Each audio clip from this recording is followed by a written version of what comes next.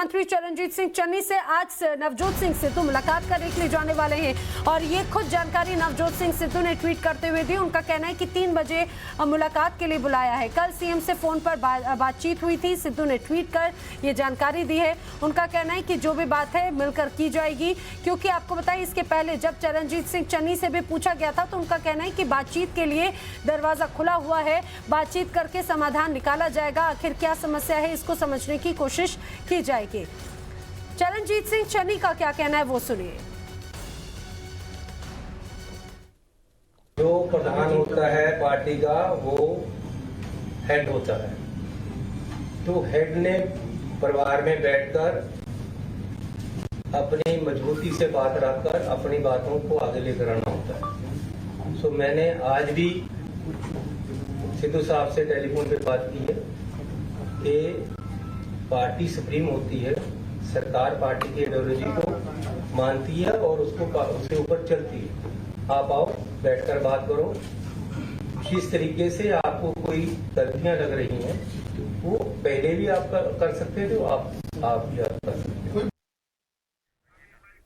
और मेरी सहयोगी रंजीता इस समय मेरे साथ में जुड़ रही है। रंजीता, ये कहा जाए कि जिस तरह से चन्नी ने पहले ही कहा था कि आपस में बैठ के बातचीत सुलझा ली जाएगी, नाराजगी दूर करने की कोशिश होगी, आज 3 बजे मुलाकात होनी है, क्या कुछ और अपडेट है, क्या आसार नजर आते हैं?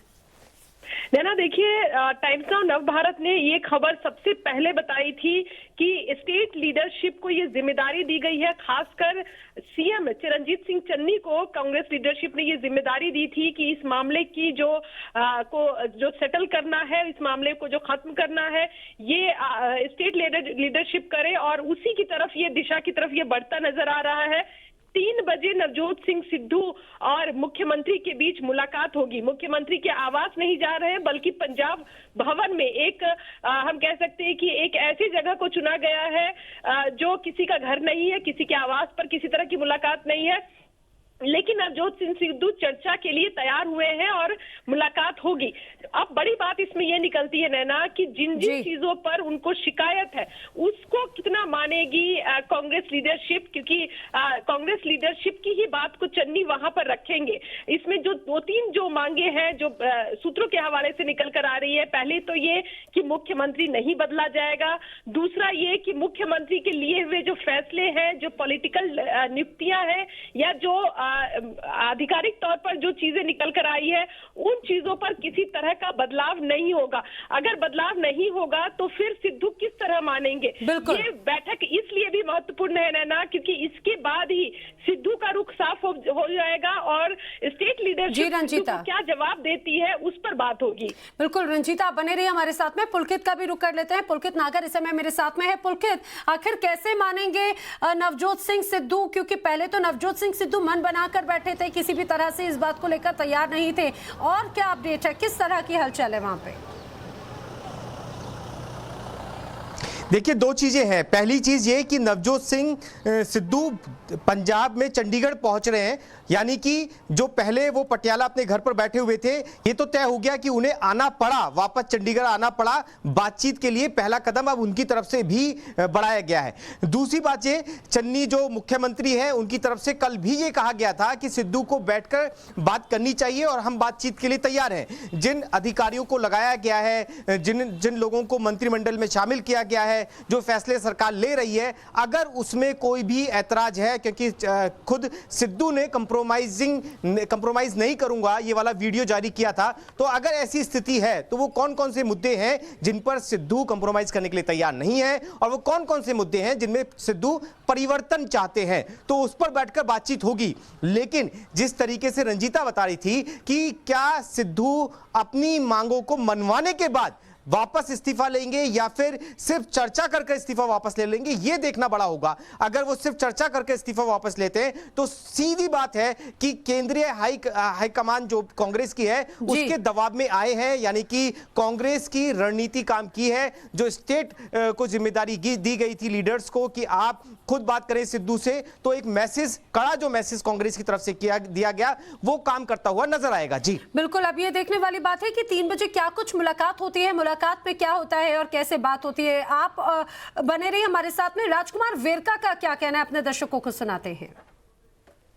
सिद्धू खुद ब खुद मानेंगे और मुझे लगता है कि छोटी बातें हैं, गलतफहमियां हैं। मैंने सिद्धू जी से अपील की है कि राजनीति में फ्लेक्सिबिलिटी, एडजस्टमेंट और पेशेंस, ये सब चीज़ों का होना बहुत ज़रूरी है। आपने जल्दबाजी से जो कदम लिए हैं उस पर मुड़ विचार करना चाहिए। यहाँ कोई कमियां हो गई है, कोई गलत आदमी की अपॉइंटमेंट हो गई है, आपको ऐसा लगता है तो मुख्यमंत्री जी से बैठकर बात करनी चाहिए। तो राजनीति में पेशेंस होना जरूरी है, राजकुमार वेरका कह रहे हैं। पुलकित और रंजीता दोनों मेरे साथ में बने हुए हैं, लेकिन रंजीता, जिस पेशेंस की बात राजकुमार वेरका कह रहे हैं, शायद वो पेशेंस तो नजर ही नहीं आता। जल्दबाजी में लिया हुआ ये कदम नजर आ रहा है क्या? जैसे राजकुमार वेरका कह रहे हैं कि मान जाएंगे नवजोत सिंह सिद्धू, उन्होंने जल्दबाजी में, आवेश में आके ये कदम ले लिया। बिल्कुल जल्दबाजी में लिया हुआ फैसला कहा जा सकता है। और ये भी तय है नैना कि ये जो कदम उठाया है सिद्धू ने, इससे सिद्धू की परेशानी बढ़ी है। आप देख सकते हैं कि जिस तरह से सिद्धू ने ट्वीट करके, क्योंकि इस्तीफे की बात भी उन्होंने ही ट्वीट की, मिलने की बात भी वही ट्वीट कर रहे हैं। इसका मतलब कि कांग्रेस आला कमान का जो सख्त रवैया है वो अब नवजोत सिंह सिद्धू को समझ आ रहा है। यही कारण है कि वो टोन डाउन है और मिलने के लिए तैयार है।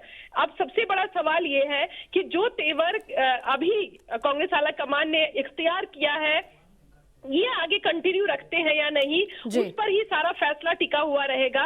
और कितने दबाव में नवजोत सिंह सिद्धू आए हैं, क्योंकि जो भी नियुक्तियां हुई हैं उनको वापस लेने का सवाल नहीं खड़ा होता है।